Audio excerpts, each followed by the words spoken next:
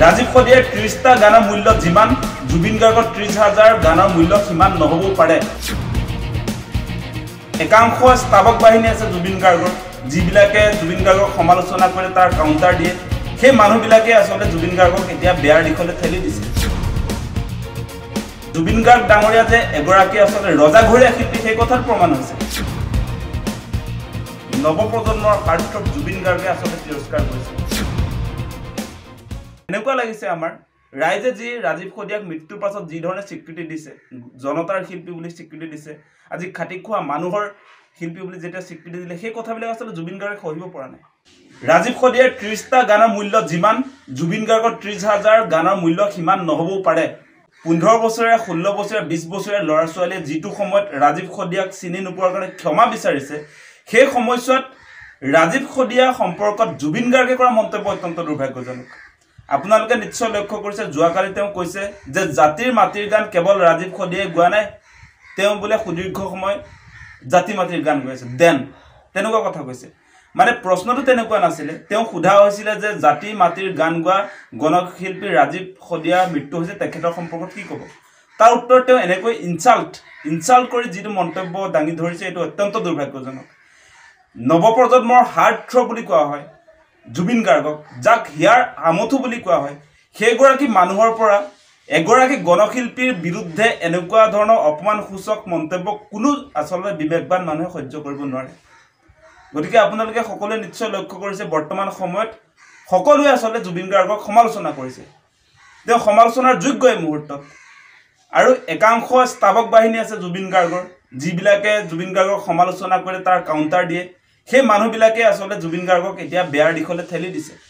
এতিয়া জুবিন গাৰ্গক এনেকৈ কিছুমান মানুহে প্ৰতিষ্ঠা কৰিব খোজে যে জুবিন গাৰ্গ সমালোচনাৰ ঊৰ্ধত, জুবিন গাৰ্গক কোনেও সমালোচনা কৰিব নোৱাৰে, তেনেকুৱা ধৰণৰ এটা বাতাবৰণ সৃষ্টি কৰিব খোজে। কিন্তু আপোনালোকে নিশ্চয় জানে যে ৰাজীৱ খদিয়াই যি আপোনাৰ জীৱিত কালত যিকেইটা গান গালে, মই ভাবোঁ যে এই 30টা বছৰত জুবিন গাৰ্গে 30,000 গান গোৱা বুলি যে কৈছে, ৰাজীৱ খদিয়াই 30টা গানে জুবিন গাৰ্গৰ সেই 30,000 গানক প্ৰত্যাহ্বান জনাব পাৰিব। ৰাজীৱ খদিয়াৰ 30টা গানৰ মূল্য যিমান জুবিন গাৰ্গৰ 30,000 গানৰ মূল্য সিমান নহবও পাৰে। সেই কথা আপোনালোকে ৰাজীৱ খদিয়াৰ গান শুনিলে সেই কথাটোৰ স্পষ্টতা আপোনালোকে বুজি পাব। গতিকে জুবিন গাৰ্গ ডাঙৰীয়া যে এগৰাকী আচলতে ৰজাঘৰীয়া শিল্পী সেই কথাৰ প্ৰমাণ হৈছে।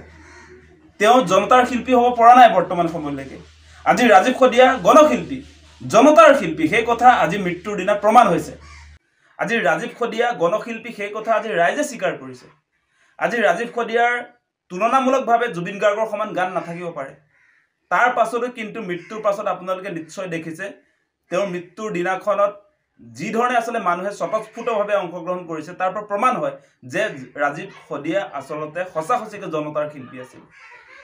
আজি আপোনালোকে নিশ্চয় লক্ষ্য কৰিছে যে ৰাজীৱ খদিয়াৰ মৃত্যুৰ পাছত সামাজিক মাধ্যমতে হওক, আজি ফেচবুকত হওক, আজি টুইটাৰত হওক, ইনষ্টাগ্ৰামত হওক, আজি টেলিভিছন মাধ্যমত হওক, সকলোৱে ৰাজীৱ খদিয়াৰ মৃত্যুক অপূৰণীয় ক্ষতি বুলি স্বীকাৰ কৰিছে। কিন্তু সেই সময়ছোৱাত আজি ৰাজীৱ খদিয়াক নৱপ্ৰজন্মৰ হাৰ্টথ্ৰব জুবিন গাৰ্গে আচলতে তিৰস্কাৰ কৰিছে। তেওঁ অপমান কৰিছে, মৃত্যুৰ পাছত অপমান কৰিছে, কোনো কাৰণ নথকাকৈ। আৰু সেই জুবিন গাৰ্গে আপোনাৰ 2015 চনত ৰাজীৱ খদিয়াৰ পৰিচালনাত কণ্ঠদান কৰাৰ খবৰ আমি ইতিমধ্যে লাভ কৰিছোঁ। তেওঁ 2015 চনতে ৰাজীৱ খদিয়াৰ পৰিচালনাত কণ্ঠদান কৰা জুবিন গাৰ্গে এতিয়া কেনেকৈ আচলতে ৰাজীৱ খদিয়াক চিনি নোপোৱা হৈ থাকিলে, সেই কথাটো অত্যন্ত দুৰ্ভাগ্যজনক। গতিকে আপোনালোক সকলোৱে নিশ্চয় লক্ষ্য কৰে যে মানুহৰ মৃত্যুৰ ৱেইট, যিটো ওজন, সেইটো কেনেকৈ নিৰ্ণয় কৰা হয়। আপোনালোকে কিছুমান মানুহৰ মৃত্যু নিশ্চয় লক্ষ্য কৰে, সেই মানুহৰ মৃত্যুত কিন্তু মানুহৰ অংশগ্ৰহণ নাথাকে। আজি আপোনালোকে চাওক, আজি ৰাজীৱ খদিয়াৰ মৃত্যুত যি ধৰণে মানুহৰ জনতাৰ সোঁত বৈছে, সেই জনতাৰ সোঁত কিন্তু জুবিন গাৰ্গৰ মৃত্যুত নহ'বও পাৰে।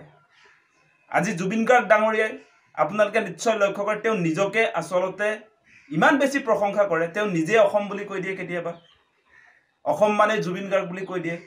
তেওঁ নিজক নিজে প্ৰশংসা কৰি থকা ব্যক্তি। গতিকে ৰাজীৱ খদিয়াই কিন্তু কোনোদিনে নিজকে জাতি মাটিৰ গান গোৱা গণশিল্পী বুলি কোৱা নাই। আজি ৰাজীৱ খদিয়াক অসমৰ ৰাইজে স্বীকৃতি দিছে যে জাতিৰ মাটিৰ গান গাই ৰাজীৱ খদিয়া হৈছে জনতাৰ শিল্পী, খাটি খোৱা মানুহৰ শিল্পী। সেই কথা আজি স্বীকৃতি দিছে আপোনাৰ অসমৰ জনতাই। কিন্তু জুবিন গাৰ্গে সেই ৰাইজৰ যি স্বীকৃতি, অসমবাসী ৰাইজৰ যি স্বীকৃতি সেই স্বীকৃতিক আচলতে তেওঁ মানে এনেকুৱা লাগিছে আমাৰ ৰাইজে যি ৰাজীৱ কদিয়াক মৃত্যুৰ পাছত যি ধৰণে স্বীকৃতি দিছে জনতাৰ শিল্পী বুলি স্বীকৃতি দিছে আজি খাটি খোৱা মানুহৰ শিল্পী বুলি যেতিয়া স্বীকৃতি দিলে সেই কথাবিলাক আচলতে জুবিন গাৰ্গে সহিব পৰা নাই